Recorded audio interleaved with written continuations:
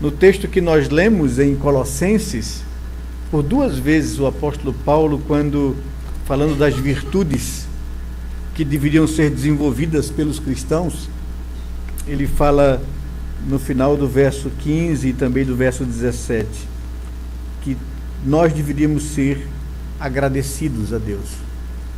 E no verso 17, ele, quando falando dessas virtudes todas que nós podemos vivenciar em nossa vida por causa de Cristo, ele diz que deveríamos dar por Jesus graças a Deus Pai, porque foi quem nos redimiu, foi quem nos salvou, foi quem nos adotou por filho através da sua morte naquela cruz, pagando o preço e tirando o impedimento que havia, a barreira de separação que havia entre nós e Deus. E por causa do seu sacrifício e da sua morte, Deus o Pai pôde nos acolher como filhos e nos adotar como filhos. Por todos esses motivos, nós nos encontramos aqui nessa noite para agradecer a Deus. Normalmente, em todas as igrejas cristãs, no dia 31 de dezembro, elas se reúnem para oferecer a Deus um culto de gratidão. Às vezes esse culto começa às 10 horas da noite e termina exatamente quando o ano rompe, o ano novo começa e as pessoas se confraternizam. Nós já fizemos assim algumas vezes. Hoje nós fazemos das 8 até as 9h30, no máximo 10 horas, para que as pessoas possam estar com suas famílias em casa também e participar de um momento de confraternização em família.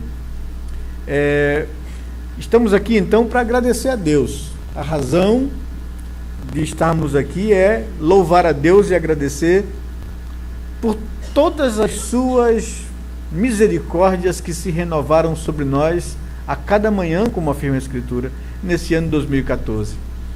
Por todos os livramentos, por todas as vitórias, por todas as conquistas, por todas as lutas, por todas as dificuldades, porque elas foram oportunidades e tantas para que a gente pudesse aprender a depender de Deus e buscar debaixo das suas asas a graça necessária para enfrentarmos as lutas e as dificuldades. Temos muito o que agradecer ao Senhor, e a razão de estarmos aqui é exatamente essa. Senhor, muito obrigado por tua misericórdia, por tua graça, por tua bênção, pelo teu perdão, pelo livramento. Muito obrigado pela família, muito obrigado pelo trabalho, pelo sustento, porque podemos chegar até aqui. Obrigado também por todas as lutas e dificuldades que nos fez crescer na dependência do Senhor e reconhecer que a nossa vida pertence e está em tuas mãos. Eis a razão. E eu gostaria, nesse espírito, de convidá-los a que vocês pudessem abrir suas Bíblias no Salmo de número 90.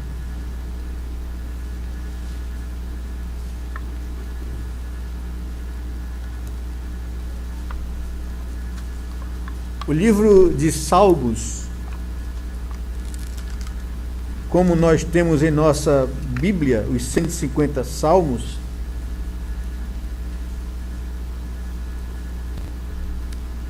na Bíblia hebraica, de onde nós herdamos o Antigo Testamento, são divididos em 5 livros. E esse Salmo 90 abre o 4º livro dos Salmos, que eram cânticos e poesias, composições para servir de adoração a Deus. E esse salmo, eu convido você a acompanhar com toda atenção a sua leitura. Diz assim a palavra de Deus: Senhor, tu tens sido o nosso refúgio de geração em geração.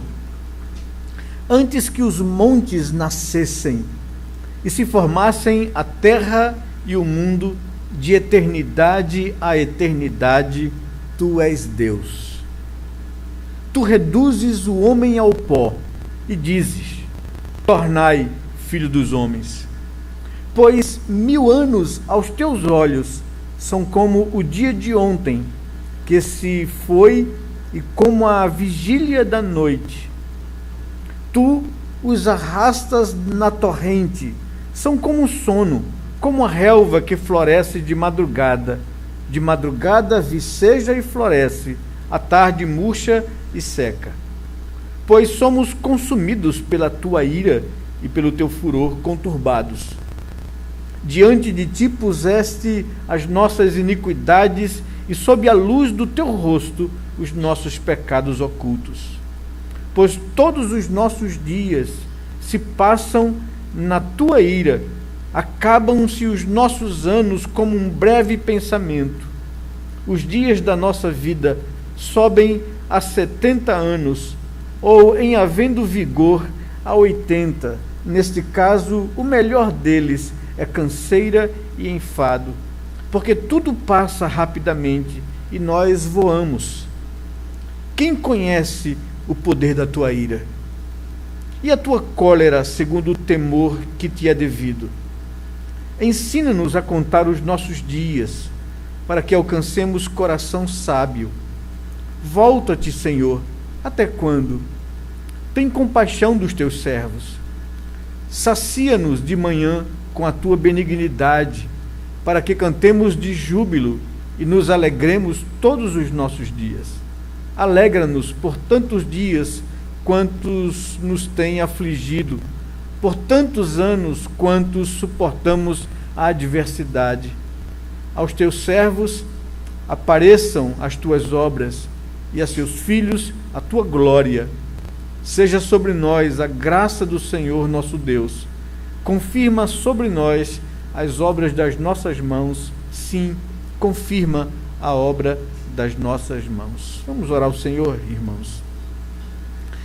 Deus bendito, Pai de amor, Deus grandioso, soberano, eterno, sublime, reto juiz, é diante do Senhor que nos achegamos nessa noite para celebrar o teu nome, para agradecer por todas as tuas bênçãos e generosidade para com nossas vidas, Senhor. É ao Senhor que nós nos apresentamos também convictos da nossa pequenez e pecaminosidade e confessamos ao Senhor os nossos pecados e culpas, no desejo e certeza de que o sangue de Cristo que foi vertido naquela cruz é suficiente para nos perdoar os pecados e nos purificar o coração de toda injustiça. E é por isso que nós cantamos louvores ao teu nome, é por isso que nós nos alegramos na tua presença, é por isso que nós nos achegamos diante do Senhor sem qualquer temor, porque somos aceitos e acolhidos pelos méritos e pela obra de Cristo Jesus, o nosso amado Redentor, o nosso Salvador. A Ele rendemos glórias e louvor, Senhor.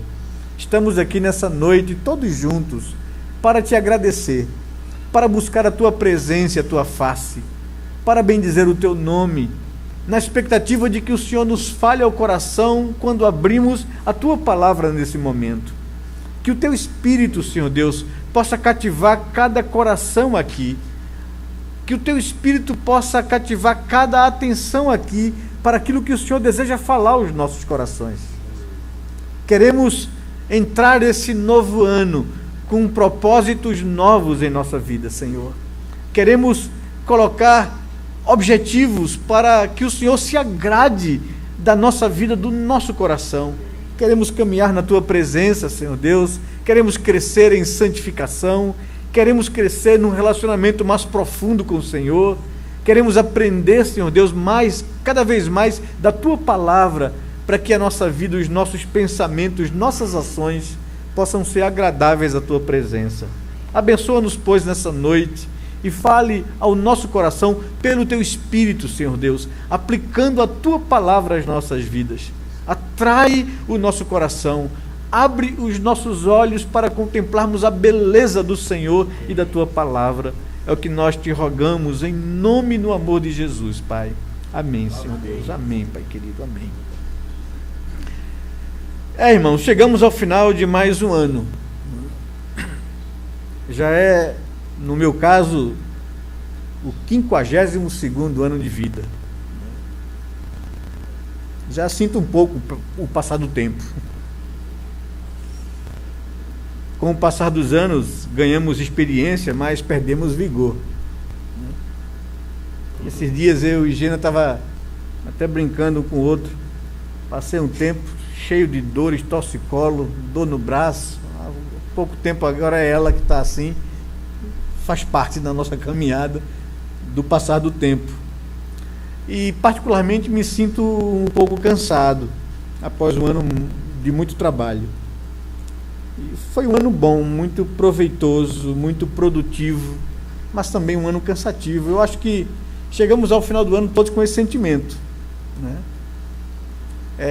Podemos olhar para trás, parar, agradecer pelas conquistas, né? Também avaliar e refletir sobre as derrotas, sobre nossos fracassos que certamente tivemos no decorrer da caminhada, os acertos, nossos erros. E é um tempo de fato avaliação, de refletir, de poder colocar as coisas nos lugares devidos. É preciso sempre parar, buscar a Deus. Primeiro, como eu já falei aqui para vocês, para agradecer. A própria palavra de Deus nos diz que deveríamos ser gratos a Deus em tudo, ser agradecido. E ser agradecido por Cristo Jesus. Agradecer ao Senhor, porque Ele tem sido o nosso refúgio de geração em geração. Essa é a primeira sentença do Salmo 90. Senhor, Tu tens sido o nosso refúgio, a nossa fortaleza, o nosso esconderijo, o lugar onde a gente encontra acolhida, aconchego, onde a gente pode se refugiar no Senhor nos momentos difíceis. Tu tens sido o nosso refúgio de geração em geração, é a afirmação do salmista. Agradecer a Deus por isso. O Salmo de número 90 é um dos poucos salmos escritos por Moisés. Geralmente, Davi é o escritor da maioria dos salmos, né? Alguns levitas, como os filhos de Coré, de Asaf. Mas o Salmo 90 é um dos poucos salmos dos quais Moisés escreveu. É o resultado de uma oração, de um servo do Senhor cansado de lutas. A gente vai perceber no decorrer dos salmos. Moisés, conhecemos muito bem a sua história. Um homem que passou os seus primeiros 40 anos de vida no palácio, foi criado no palácio de Faraó, depois que a sua mãe, querendo poupar-lhe a vida, porque os israelitas cresciam demais no Egito e começou a ser uma ameaça na perspectiva dos egípcios, um povo que tinha muito privilégio e depois passou a ser escravizado por causa do medo que esse povo superasse o povo egípcio, e chegando a um ponto de Faraó dizer que todo filho homem nascido das mulheres israelitas deveriam ser mortos pelas parteiras. A mãe de Moisés o protegeu, o escondeu e colocou o menino num cesto próximo onde a filha de Faraó diariamente se banhava à beira do Nilo. E ela encontrou o menino, se compadeceu da criança e o adotou. Procurou uma mulher israelita que estava com leite, havia provavelmente tido filho perdido, para que pudesse amamentá-la, e foi a mãe de Moisés quem amamentou o seu filho. Viveu, cresceu num palácio, e nos primeiros 40 anos de sua vida, serviu ali, e foi preparado. Depois, quando tomou consciência de quem ele era, e que os egípcios estavam subjugando o seu povo Israel, ele tomou uma decisão de abrir mão da vida palaciana e viver com o seu povo como um servo. Em um determinado momento de sua vida, viu um egípcio maltratar e humilhar publicamente um israelense e se levantou contra o egípcio e, na demanda, terminou por matá-lo. Teve que fugir do Egito e passou 40 anos longe, 40 anos no deserto, aprendendo de Deus. E aos 80 anos de idade, Deus o fez voltar para o Egito para libertar o seu povo do jugo de Faraó. Moisés viveu 120 anos com muito vigor. Os 40 últimos anos de sua vida foi de fato os anos de execução da vontade de Deus. Deus preparou Moisés durante 80 anos de sua vida para a missão que ele haveria de cumprir, que era libertar o povo de Deus, o povo de Israel, da escravidão do Egito. E Moisés tirou o povo do Egito com mão poderosa, onde Deus o usou como líder, se tornou um grande estadista, é um homem reconhecido por várias nações e religiões, é um homem estudado, no sentido de procurarem conhecer a sua vida, suas características como líder, que tirou um povo escravo das mãos do império mais poderoso do mundo de sua época. Foi esse Moisés, cansado talvez daquela jornada de tirar o povo do Egito e peregrinar com esse povo durante 40 anos no deserto, até colocar esse povo às portas da terra prometida de Canaã. Talvez nesse meio tempo, nesse final de vida, Moisés fez uma oração a Deus, escrita, refletida, que abre esse quarto livro dos Salmos, que é um livro curto, que vai do Salmo 90 ao Salmo 106. Senhor, Tu tens sido o nosso refúgio de geração em geração, antes que os montes nascessem, antes que se formassem a terra e o universo, de eternidade a eternidade, Tu és Deus. Tu reduzes o homem ao pó e dizes: tornai-vos ao pó, filhos dos homens. Pois aos teus olhos 1000 anos são como um dia, o dia de ontem, que já passou, que já se foi, ou como a vigília da noite que se desvanece. Tu arrasta o tempo na torrente. Os anos são como um sono, como a relva que floresce de madrugada, e de madrugada viceja e floresce, e à tarde já murcha. O cronos, o tempo, para Deus é algo tão pequeno, 1000 dias como um ano. Esse é o tamanho de Deus. Moisés então nos chama a refletir sobre quem é Deus. Quem somos nós, os seres humanos? E qual deve ser a nossa atitude para com Deus? E creio que seja um texto muito útil nesse momento de gratidão a Deus e de reflexão pelo ano que passou, e para que nós possamos abrir novas perspectivas, ou perspectivas corretas para o ano que se inicia. A chave do Salmo 90 é o verso 12. Senhor, por causa de quem Tu és, por causa de quem nós somos, ensina-nos a contar os nossos dias. Ensina-nos a viver a vida de forma proveitosa, correta. Ensina-nos a não perder tempo ou não colocar valor naquilo que é supérfluo.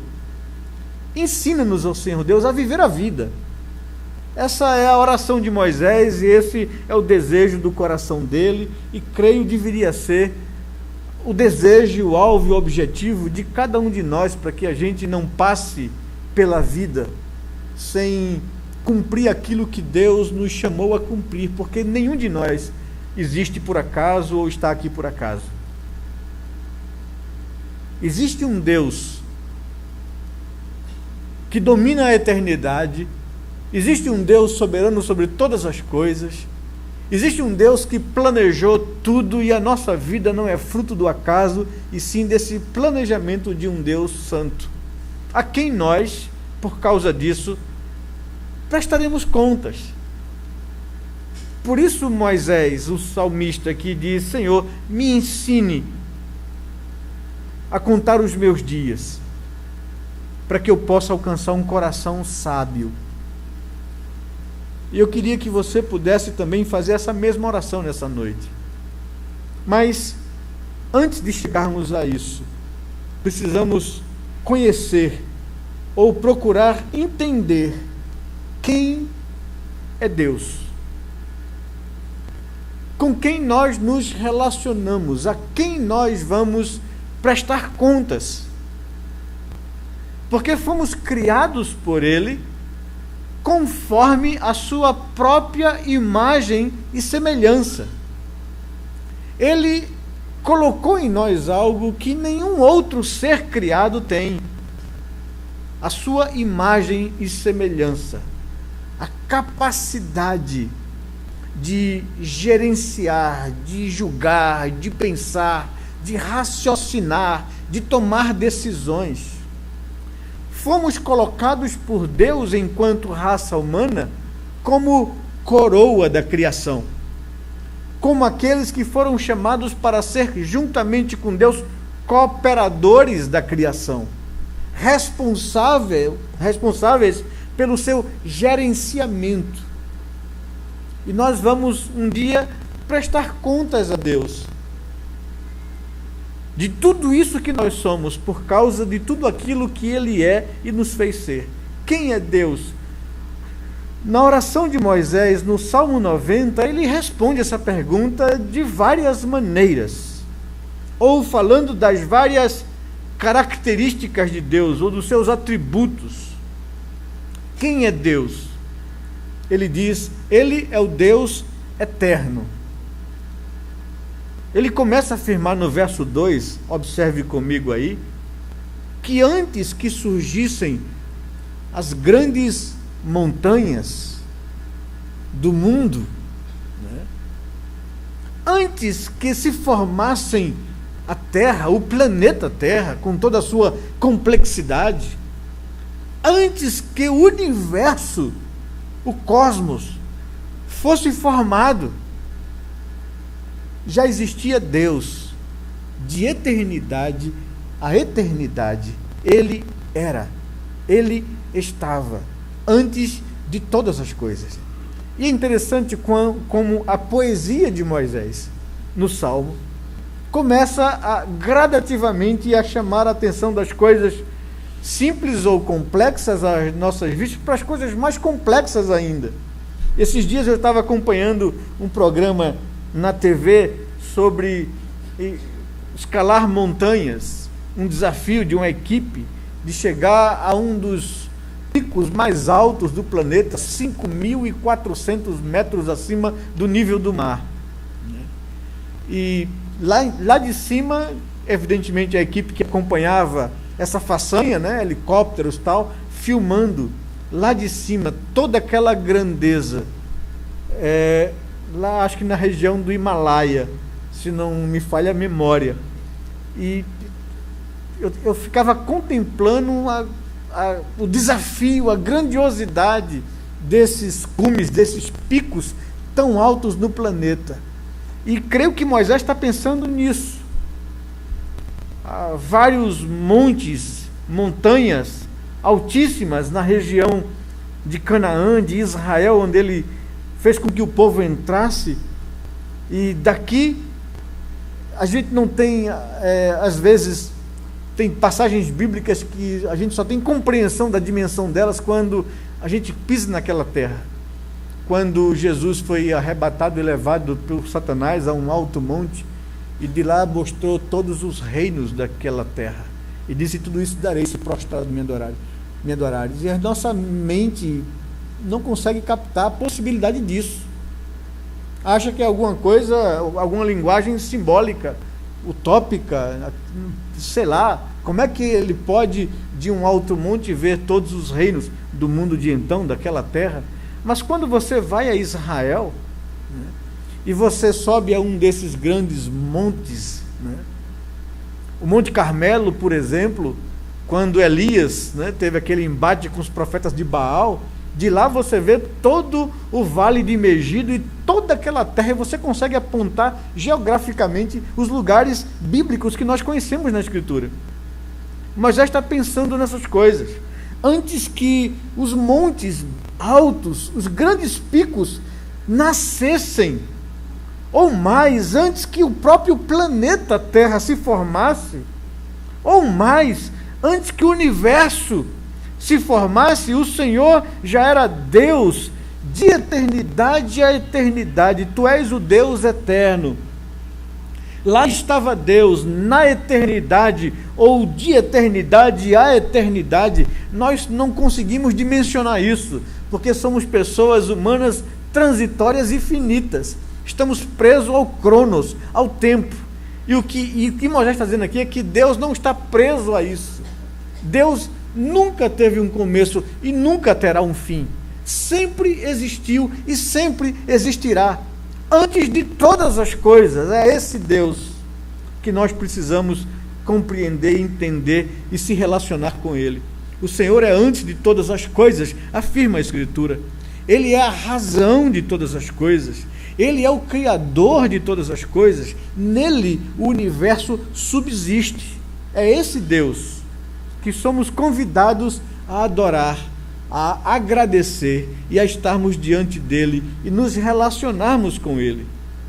Ele é Deus soberano, que tem controle absoluto sobre a vida. O verso 3, ele fala sobre isso. Tu reduzes o homem ao pó e diz: tornai-vos ao pó, filhos dos homens. É o Senhor quem tem o controle da nossa vida. É o Senhor que diz que o homem torne ao pó. Nossa existência é passageira, é efêmera, é transitória. E mesmo assim somos tão arrogantes em nossa autossuficiência. Mas já está colocando isso exatamente porque o ser humano que foi criado à própria imagem de Deus, o ser humano que, como a própria palavra diz, é a coroa da criação de Deus, o ser humano que Deus fez com tanto carinho, com um jeito diferente, quando a narrativa da criação diz que as coisas vieram à existência pelo poder da palavra de Deus. Deus dizia: haja isso, e havia, e acontecia. Mas quando Deus foi formar o homem, Deus não apenas deu uma ordem, Deus formou o homem com as suas próprias mãos, afirma a Escritura. O homem é um ser singular, é um ser especial na criação. E é esse homem que foi criado à imagem de Deus, que foi criado de forma tão especial, eu e você. Fomos nós, os seres humanos, que nos rebelamos contra Deus, que sacamos a nossa espada, né? E declaramos a nossa independência. Dissemos a Deus: nós não precisamos do Senhor, nós damos conta da nossa própria vida, queremos viver a nossa própria vida de forma autônoma e independente do Senhor, não queremos te prestar contas. E Moisés está querendo fazer um contraste de quem é Deus. Ele é o Criador, soberano sobre todas as coisas e que tem controle sobre a vida humana, e o homem não pode peitar a Deus, porque hoje ele existe e amanhã ele torna ao pó, por uma simples palavra e ordem de Deus. É Deus quem determina os meus dias. E por mais que eu me esforce, por mais que eu me preocupe, afirmou Jesus, eu não posso acrescentar 30 centímetros ao curso da minha vida. Homem algum tem controle sobre sua existência. Por isso ele precisa reconhecer quem é Deus. Ele é eterno, ele é soberano, ele tem controle absoluto sobre a existência humana. Eis a razão de pararmos para agradecer a Ele pela nossa existência. Continua Moisés: Ele é grandioso acima do tempo, acima do cronos. Verso 4 ao verso 6. Moisés nos diz: pois 1000 anos diante dos olhos do Senhor são como o dia de ontem, que já passou. É como a madrugada, que se desvanece com facilidade. que passa em horas. Tu arrasta o tempo na torrente. É como um sono, um cochilo. É como a relva que floresce de madrugada viceja, de madrugada floresce, e à tarde já murcha e seca. Morreu. O tempo é assim diante de Deus, ele é superior, atemporal, está acima disso, não está preso ao tempo como eu e você. Ele é grandioso sobre todas as coisas, ele é onisciente e ele é reto juiz.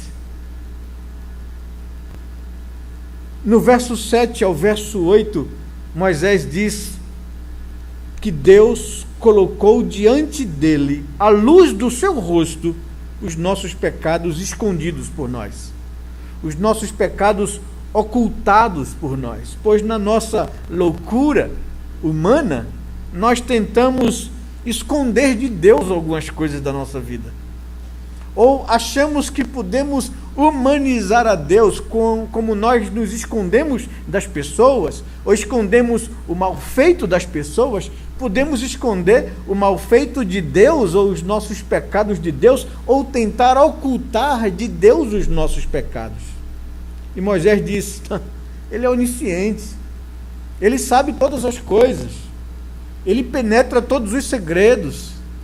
Num outro salmo, o salmista diz, a palavra nem chegou à minha língua, à minha boca, e o Senhor já sabe tudo que se passa no meu coração. Não dá para esconder-se de Deus, ou esconder nada de Deus. Aos olhos do Senhor, todos nós estamos desnudados. Deus é um ser onisciente e que conhece bem as áreas mais secretas da nossa alma e do nosso coração. Colocaste diante de ti, à luz do teu rosto, os nossos pecados ocultados ou escondidos, bem como as nossas iniquidades. E aqui é só bom fazer uma referência, diferenciar o que é pecado e o que é iniquidade, não é? Pecados são, de fato, os erros que nós cometemos na vida por causa da natureza caída que há em nós. Nós não somos pessoas perfeitas, e por mais que você busque isso, você não alcança, porque a sua natureza, como a minha, é caída. E vez ou outra, você vai tropeçar diante de Deus e vai infligir a sua lei e vai ferir a sua santidade. Isso são pecados que ocorrem de forma ocasional na vida de pessoas que conhecem a Deus e que temem ao Senhor. Um dos textos lidos aqui na área, no momento da reflexão, da contrição e da oração, diz isso, que pecados deveriam ser acidentes na vida daqueles que temem a Deus, que quem afirma que não tem pecado é mentiroso e nele não está a verdade, que quem afirma ou nega qualquer tipo de pecado em sua vida faz de Deus mentiroso, porque Deus diz que nós somos pessoas de natureza caída e pecadora, e que por isso ele providenciou para aqueles que creem nele o sangue de Cristo que foi vertido naquela cruz, para que quando eu pecar, eu confessar a Deus, admitir o meu pecado, e ele diz que Deus é fiel e justo, e vai perdoar o meu pecado e purificar da minha injustiça, pelo sangue de Jesus. Pecado é isso. Agora, o que é iniquidade? Iniquidade é quando eu vivo na prática de determinados pecados. É quando eu peco de forma constante e continuada na minha vida, em determinada coisa. Aí eu tenho um comportamento iníquo, que agrido a santidade de Deus. Todo pecado agride a santidade de Deus, mas a iniquidade chama a ira de Deus contra o homem pecador. E Deus, diz Moisés, é onisciente e reto juiz. Ele coloca as claras diante de si, da luz do seu rosto, os nossos pecados que nós procuramos esconder tanto quanto o nosso comportamento iníquo ou pecaminoso, que merece sua santa indignação, sua ira ou seu furor. E ele diz que a ira e o furor de Deus, ou seja, a sua justiça, a sua santa indignação contra o pecado, porque nós temos um problema básico na nossa vida, na nossa existência. Por causa da queda que aconteceu em Adão, todos nós carregamos uma natureza pecaminosa e caída, produtora de pecados, e que constantemente afeta, agride a um Deus que é santo. E a santidade de Deus reivindica justiça. Porque Deus não pode passar a mão em cima do pecado humano, porque senão ele não era reto juiz, não era Deus.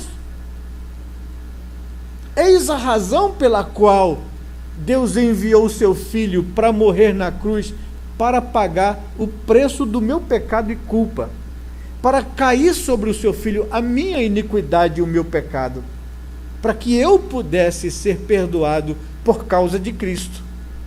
Alguém pagou o preço que deveria cair sobre mim.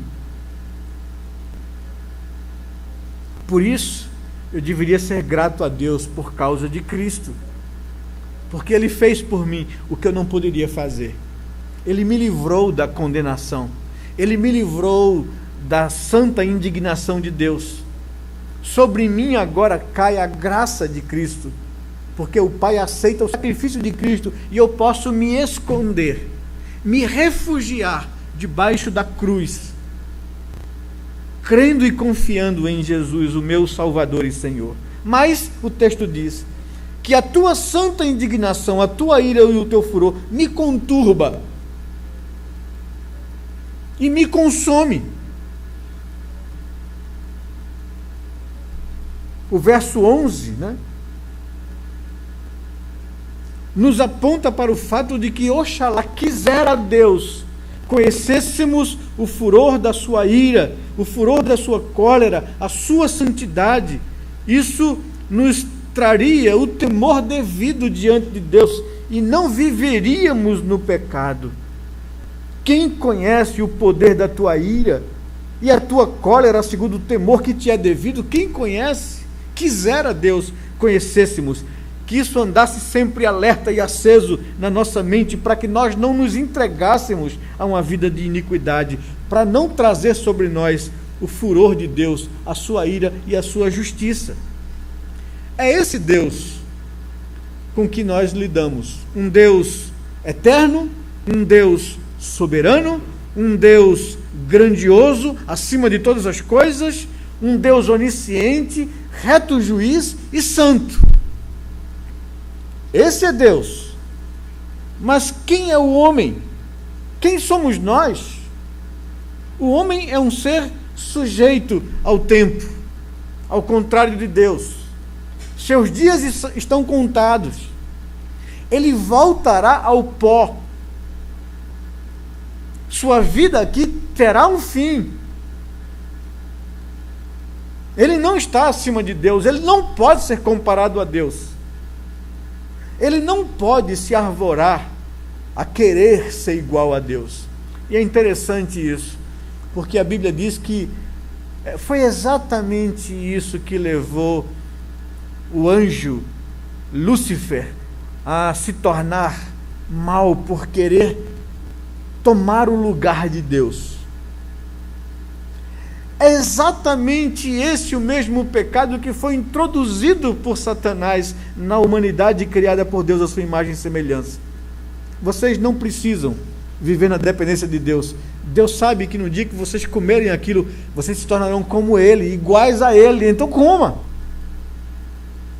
E foi isso que levou o homem à desobediência, querer ser igual a Deus, querer autonomia, querer independência, querer ser o Deus da sua vida, não querer estar abaixo do Criador. Mas o homem é um ser transitório, finito, sujeito ao tempo, é mortal. Todos nós morreremos. Verso 9 e verso 10 nos diz: pois todos os nossos dias se passam diante da tua ira. Acabam-se os nossos anos como um breve pensamento. Um dia eu fui jovem, cheio de vigor, cheio de sonhos, cheio de ousadias. Hoje já passei da metade da vida há muito tempo. Nós não temos controle sobre isso, nós não somos eternos, nós não vamos ficar para sempre. Os dias da nossa vida, diz o verso 10, sobem a 70 anos, ou em havendo vigor, a 80. E neste caso, o melhor deles, dos nossos dias, dos nossos anos, é canseira e enfado. Porque tudo passa rapidamente e a nossa vida voa. O que Moisés está tentando dizer é: para que tanta presunção, para que tanta arrogância? Nós somos transitórios, nós somos sujeitos ao tempo, nós somos mortais. E nós somos pessoas pecadoras, vivendo em desvantagem diante de um Deus santo. Estamos debaixo do seu juízo, do seu reto conhecimento de todas as coisas que nós podemos ocultar dos outros, mas de Deus não. Se nós somos esses seres humanos finitos, limitados, mortais, se a nossa vida é transitória, se nós somos pessoas pecadoras diante de um Deus santo e reto juiz, o que devemos fazer na nossa existência, na nossa vida, na nossa caminhada? O que precisamos fazer em nossas vidas? E aí o texto começa a nos apontar: precisamos nos voltar para Deus. Precisamos parar de viver a vida para nós mesmos. Precisamos parar de viver a vida independentemente de Deus, sem levá-lo em conta. Olha, por mais que nós saibamos isso, nós temos uma tendência natural no nosso coração de viver a vida por nossa própria conta. A pessoa pode ser religiosa, ela pode ser crente, cristã, ela pode frequentar um culto, uma igreja, uma instituição local, ela pode vir aos domingos para prestar cultos a Deus, ela pode emprestar seu vigor, suas energias e saúde para alguma atividade de beneficência ou de proclamação do Evangelho, de avanços missionários, de plantação de igrejas, de evangelização, mas mesmo assim viver a sua vida para si mesmo. Viver a sua vida para o seu próprio trabalho, depender das suas próprias forças, fazer seus próprios planos, conduzir a sua vida para o fim que melhor lhe ache ou lhe caiba, sem levar Deus em conta. Sem saber que Deus que são essas coisas todas que nós vimos aqui. Ele é um Deus eterno, Ele é um Deus soberano, Ele é um Deus que se importa com a vida humana, que deseja se relacionar com o homem. Ele é um Deus que quer o meu bem, quer o melhor para mim, já provou isso quando entregou o seu filho para morrer na cruz por mim. E diz Paulo: quer me dar juntamente com Cristo todas as coisas que eu preciso para viver a vida bem. Por que eu vou viver a minha vida independente dele? Por que eu acho que eu posso dar conta melhor do que ele? Por que vem na minha mente que os meus planos, os desejos do meu coração são melhores do que aquilo que ele propõe para mim? Por causa da tendência caída do nosso coração. Eis aí o que é pecado. É essa natureza corrompida que insiste em se rebelar contra Deus e viver a vida à sua própria moda. É isso que é pecado. O resto é consequência disso. E nós, na nossa tendência humana de minimizar os nossos próprios pecados e dar valor a comportamentos humanos, começamos a classificar que pecado é isso, pecado é aquilo outro. Ou isso aqui é mais grave do que isso. Pecado é a atitude do coração humano de viver em independência e em rebeldia contra Deus. E nisso todos nós somos pecadores. Não há aqui ninguém melhor do que ninguém. E não há como você querer compensar, não, mas aquele fulano vive pior do que eu. Tá certo, aquele fulano vai dar conta a Deus, mas os pecados ou a vida daquele fulano não te isentam diante de Deus. Você vai prestar contas a Deus, não pela quantidade de pecados que você praticou, mas por aquilo que você é em natureza humana, vive em rebelião contra Deus. Esse é o problema. O resto é consequência disso. E nós tendemos a querer justificar ou compensar essas coisas ou enganar o nosso próprio coração para estar apontando pecados dos outros, dizendo, ó, fulano peca mais do que eu nisso, fulano faz isso aqui de errado, eu não faço. Então eu sou justo. Não é justo, você é pecador, diferentemente de fulano. Fulano vai prestar contas a Deus e não a você. E você não vai prestar contas a Deus se comparando com fulano. Porque diante de Deus é você e Deus somente, e acabou. A pergunta não é o que você fez, mas como você viveu a sua vida. Na dependência de Deus ou na rebeldia contra Ele. Buscando conhecer a vontade dEle, os planos dEle para você, ou a sua própria moda, os seus próprios planos. Mesmo que sejam planos, humanamente falando, justos. Por isso que tantas religiões surgem no mundo. Porque o que é a religião? É a tentativa do homem construir a sua própria moda, a maneira de se justificar diante de Deus ou da sua consciência. E Deus vai dizer, não é desse jeito. Se fosse assim, eu não precisaria me revelar para a humanidade. Quem eu sou e o que eu quero que eles façam, como eu quero que eles vivam a vida.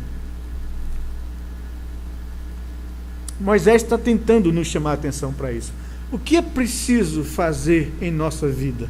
Após conhecer quem é Deus e após saber quem somos nós, os seres humanos.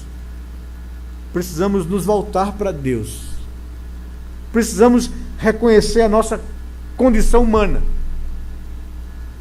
Transitória, mortal, passageira, pecadora, imperfeita, diante de um Deus santo, que nos criou a sua própria imagem e nos pedirá conta de como a gente lidou com isso. Precisamos suplicar por sua misericórdia. Moisés começa a fazer isso. Ele diz, no verso 13 em diante, volta-te, Senhor. Até quando? A sensação de Moisés é que Deus tinha deixado ele e o povo de Israel, por causa da rebeldia do coração do povo, a sua própria sorte. O povo foi libertado do Egito com mão poderosa. O povo entraria em, no máximo, 6 meses de caminhada na terra que Deus havia prometido. Mas o povo se rebelou contra Deus, murmurou contra Deus, maldisse a libertação, preferindo voltar à escravidão egípcia. E Deus disse, esse povo não entrará na terra que eu prometi. De 20 anos para cima, nenhum deles entrarão, só os seus filhos. E esse povo peregrinou durante 40 anos no deserto, por causa da cerviz endurecida, por causa da arrogante independência deles de Deus, até morrer o último daquela geração. E aí Deus então fez o povo entrar na terra. Mas Moisés penou por causa da dureza do coração desse povo durante 40 anos liderando esse povo. Esse povo reclamava que não tinha comida, Deus mandava comida dos céus. Esse povo reclamava do sol quente, Deus mandava uma nuvem para proteger eles do sol quente. Reclamava do frio da noite, Deus mandava uma coluna de fogo para aquecer o povo, e o povo, murmurando contra Deus, não reconhecia a bondade de Deus. Precisamos suplicar, e Moisés suplicava, Senhor, volta-te. Até quando? tem compaixão dos teus servos. Sacia-nos com a tua bondade, com a tua benignidade, para que cantemos de júbilo, para que nos alegremos todos os nossos dias. Alegra-nos por tantos dias quantos nos têm afligidos, e por tantos anos quanto suportamos a adversidade. É só Deus, irmão, a gente está nos ensinando isso. É só Deus quem pode nos trazer alegria, quem pode encher a nossa boca de cânticos, de júbilo. Só Deus pode nos saciar a cada manhã com a sua benignidade. Só Deus pode nos socorrer. Volta-te, Senhor. É o clamor de Moisés. Tem compaixão de nós, Senhor. Sacia-nos com a tua bondade.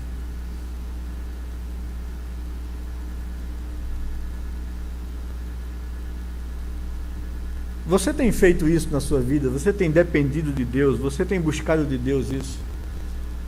Eu queria dizer aqui para os casados, né, que talvez já tenham, com o passar dos anos de convivência, tenham perdido aquela perspectiva utópica de que o outro vai me fazer feliz.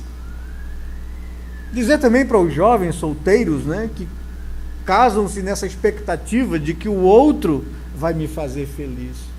Olha, nenhum ser humano tem a capacidade de fazer você feliz. Se você não for feliz em Deus, ninguém pode te dar isso. É isso que Moisés está ensinando ao povo, clamando a Deus: Senhor, sacia as minhas expectativas, sacia a insatisfação da minha alma, porque todos nós temos essa alma insatisfeita. E essa alma é insatisfeita não por causa de A, B, C ou D, não por causa de circunstâncias. A nossa alma é insatisfeita porque a nossa alma foi criada para viver em Deus, em comunhão com Deus, e nós perdemos isso na queda. Todos nós temos esse problema de vazio de alma, de algo para preencher, e nós buscamos diligentemente coisas para poder preencher o vazio da alma e me trazer senso de realização e felicidade. E a Bíblia me diz aqui que somente Deus pode fazer aquilo, porque o que falta na alma do ser humano é Deus, é a comunhão com Ele, e só Ele pode trazer isso. E Moisés está dizendo para a gente aqui: não confie em homem, nem em filho de homem, em quem não há salvação, em quem não pode trazer a tua alma, saciar a tua alma. Só Deus pode saciar a sua alma. E eu vejo às vezes chegar num gabinete pessoas tristes, insatisfeitas com a sua vida conjugal, ou infelizes, né? E colocando sobre o outro a culpa ou a responsabilidade da sua infelicidade. Eu digo, isso é um equívoco. A felicidade do ser humano está em Deus, e Deus somente. Se Ele não me fazer feliz, nada ou ninguém mais poderá me fazer feliz. Se Ele não saciar a minha alma de satisfação, ninguém mais pode me fazer isso. Dinheiro não faz isso, coisas não faz isso, conquistas não faz isso. Somente Deus pode trazer felicidade à alma humana. Sacia de manhã com a tua benignidade, coloca no meu coração alegria, para que eu possa cantar de júbilo e me alegrar todos os dias da minha vida. É Deus quem pode trazer isso ao coração do homem. Precisamos então, para encerrar, chegar de fato à chave do Salmo, que é o verso 12. Moisés entendeu isso, nós precisamos entender isso. Senhor, ensina-nos a contar os nossos dias. Ensina-nos a viver a nossa vida de acordo com essas orientações da Tua palavra. Só assim nós alcançaremos um coração sábio. Só assim nós teremos senso de prazer, satisfação e realização na vida. Só assim a minha vida vai ter significado, a minha existência vai ter significado. Por isso ensina-me a contar os nossos dias, os meus dias, para que eu possa alcançar um coração sábio. E eu queria, nesse momento agora, que nós pudéssemos fazer desse verso 12 a nossa oração diante de Deus. Eu queria convidar você a se colocar diante de Deus nesse momento agora. Pedir a Deus: Senhor, eu te sou grato, porque mesmo com todas as cabeçadas, mesmo com todos os tropeços, mesmo com todas as dificuldades desse ano de 2014, o Senhor foi meu refúgio de geração em geração. É a tua misericórdia quem me tem feito chegar até aqui. Senhor Deus, muito obrigado, porque na tua bondade o Senhor me fez obter conquistas, me fez alcançar objetivos, me fez ter algumas realizações humanas. Muito obrigado, Senhor Deus, eu reconheço isso e agradeço ao Senhor. Mas, Senhor, para esse ano 2015 e para a minha vida, me ensine a contar os meus dias. Me ensine a colocar propósitos corretos, a valorizar as coisas que o Senhor valoriza, a colocar o Senhor como alvo maior da minha vida, a viver a minha vida para a tua glória, para a tua honra, Senhor.